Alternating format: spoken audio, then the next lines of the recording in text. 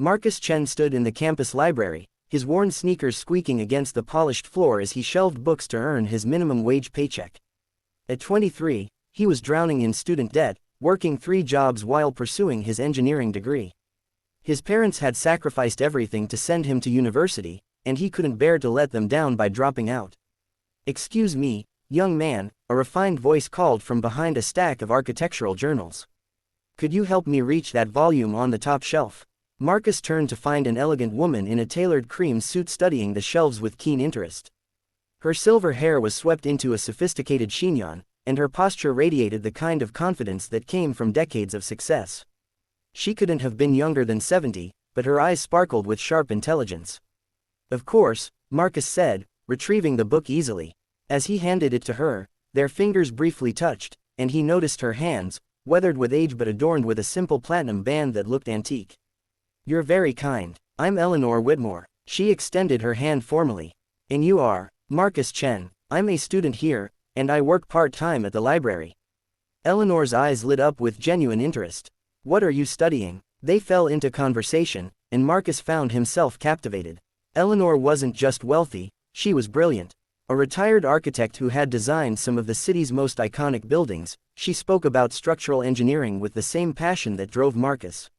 For 40 minutes, they discussed cantilevers and sustainable design until Marcus realized he'd completely abandoned his shelving duties. Over the next 3 months, Eleanor became a regular at the library, always finding Marcus during his shifts. They'd talk about everything: her late husband who'd passed 5 years ago, Marcus's dreams of starting his own firm, the loneliness that haunted them both for different reasons. Eleanor lived in a mansion with only her memories, while Marcus lived in a cramped apartment with 4 roommates he barely knew. Then came the day that changed everything. "Marcus, I have a proposition for you," Eleanor said one rainy afternoon, her tone suddenly serious. "It may sound unconventional, but hear me out entirely before you respond." Marcus set down the books he'd been organizing. "I'm listening. Marry me." The words hung in the air like a physical presence. Marcus laughed nervously, certain he'd misheard. "I'm sorry, what? I'm 71 years old, Marcus. I'm in excellent health, but I'm realistic about mortality. I have a fortune, $47 million to be exact, and no children, no close relatives who deserve it. The vultures are already circling, distant cousins I haven't seen in decades suddenly calling, pretending to care." Her voice was steady, businesslike. "You're a good person. Brilliant, hardworking, drowning in debt through no fault of your own. I could help you, and you could give me something I've been missing: companionship in my final years." "Mrs. Whitmore." "Eleanor, this is insane. People would think that you're a gold digger." "Perhaps. I don't care what people think, and I hope you're mature enough not to either." She pulled out a folder from her leather bag. "I've had my lawyers draft a contract. You'd move into the east wing of my home. We'd maintain separate living spaces but share meals, accompany each other to social functions, provide each other company. A marriage on paper and in spirit, but not in other ways. You'd have access to funds for your education immediately. After 1 year, if you choose to leave, you'd receive $500,000. After 5 years, $5 million. If you stay until my death, which actuarially speaking could be anywhere from 5 to 15 years, you'd inherit everything." Marcus's head spun. It was the most bizarre, calculated, and yet strangely logical proposal he'd ever heard. "Why me?" Eleanor's expression softened. "Because in 3 months, you've never once asked me for anything. You've never mentioned money, never tried to ingratiate yourself. You speak to me like I'm a person, not a bank account. That's rarer than you'd think." Part 2. The Wedding. 1 week later, Marcus stood in a small courthouse wearing a suit Eleanor had purchased for him. His parents had flown in from California, their faces masks of confusion and concern. Eleanor's lawyer, a stern woman named Patricia, served as one witness. Marcus's roommate Jake was the other, his expression screaming, "Dude, what are you doing?" The ceremony lasted 7 minutes. "I do," Marcus said, his voice barely steady.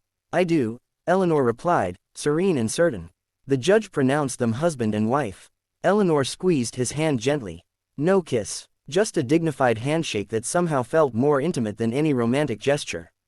At the small reception Eleanor had arranged at an upscale restaurant, Marcus's mother pulled him aside. "Mijo, are you sure about this? This woman is older than your grandmother. Mom, I know how it looks. But Eleanor is amazing. She's helping me, and I'm helping her. It's not what you think. What is it then? Marcus struggled for words. It's a partnership, an unconventional one, but it's based on mutual respect.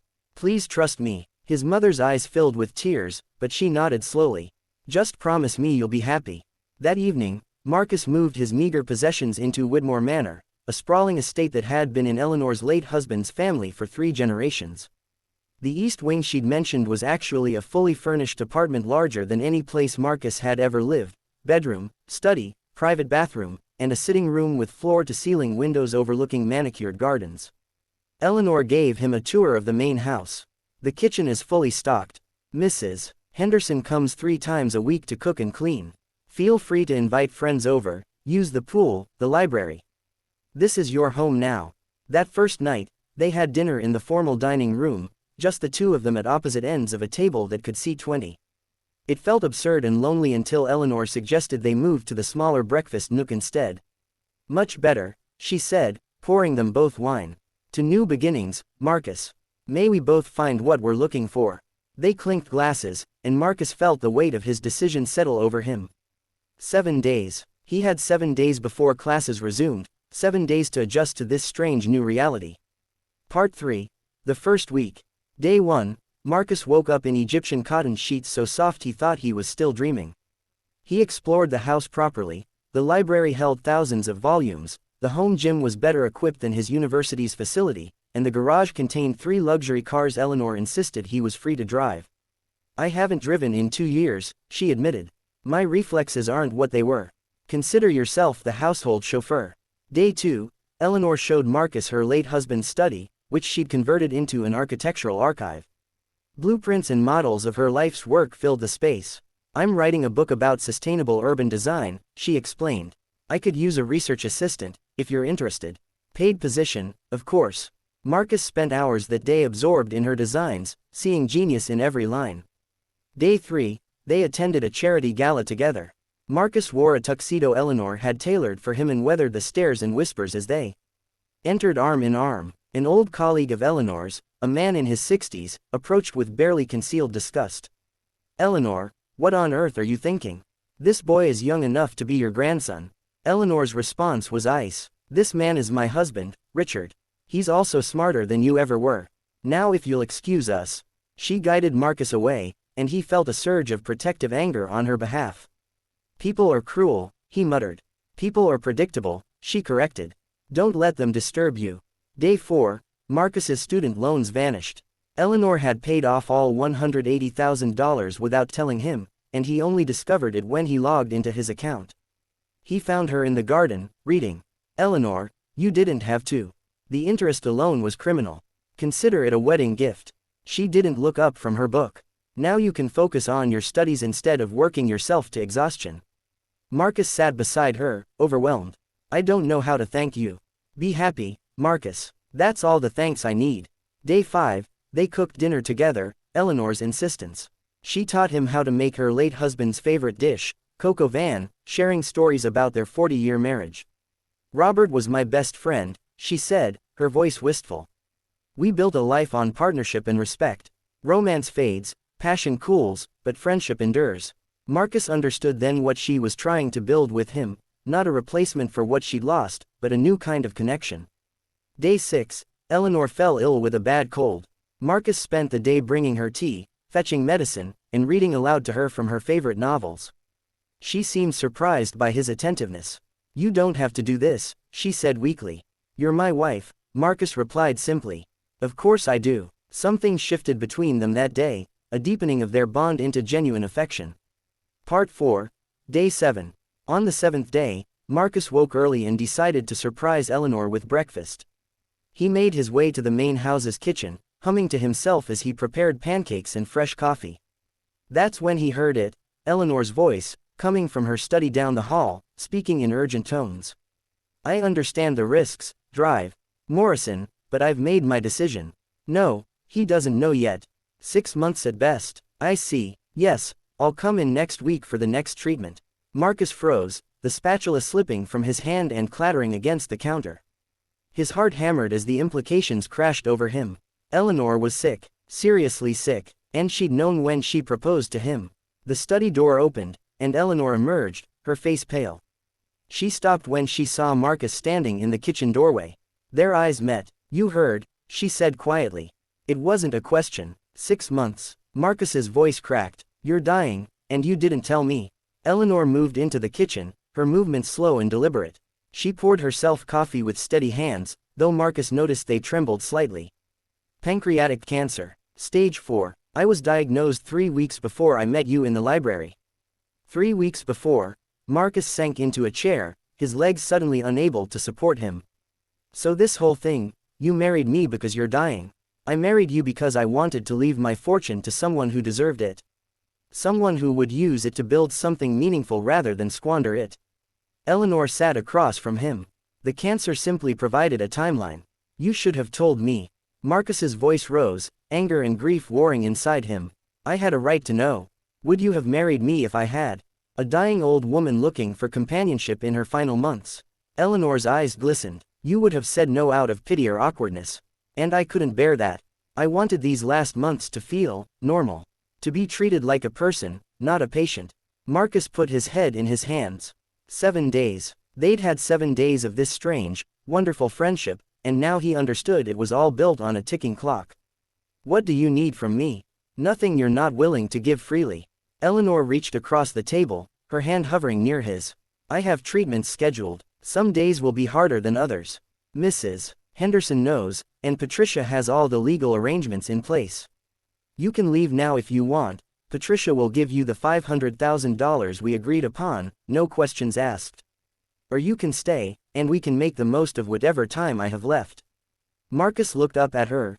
This brilliant, proud woman who'd approached her death with the same calculated pragmatism she'd brought to her architectural designs. She'd crafted a final project. Not a building, but a legacy. And she'd chosen him to be part of it. He took her hand. "I'm not going anywhere." Eleanor's composure finally cracked, tears spilling down her weathered cheeks. "Thank you." They sat together in the morning light, the pancakes growing cold on the counter, both understanding that their unconventional marriage had just become something neither had fully anticipated, a genuine partnership forged in the face of mortality. Epilogue. Eleanor lived for 8 months, not 6. Marcus was with her through every chemotherapy session, every bad day, every small victory. They traveled to Paris, where she showed him the influences behind her architectural style. They laughed together, argued about design philosophy, and built a friendship that transcended their unusual arrangement. When she passed peacefully in her sleep on a spring morning, Marcus was holding her hand. He inherited everything, just as she'd planned. But more importantly, he inherited her philosophy, that life's value isn't measured in years but in the depth of our connections and the legacy we leave behind. Marcus used the fortune to start a foundation in Eleanor's name, providing scholarships for underprivileged engineering students. He finished his degree and became an architect specializing in sustainable affordable housing, buildings that Eleanor would have been proud to design. And sometimes, when he walked through the halls of Whitmore Manor, which he'd converted into a community center and architectural library, he swore he could hear Eleanor's voice, offering her typically blunt but always wise advice.